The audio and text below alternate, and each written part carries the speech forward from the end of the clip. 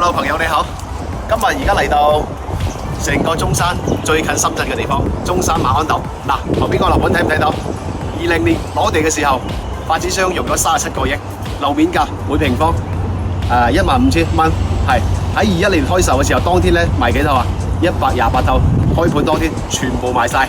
咩單價咧？係28000到3萬啊，28000到3萬。咁去到21年咩價錢咧？最高峰去到3萬到3萬2。咁而家嚟到26年3月啦，大家估下咩價錢？係13000到15000，有少少大鑊，係啦。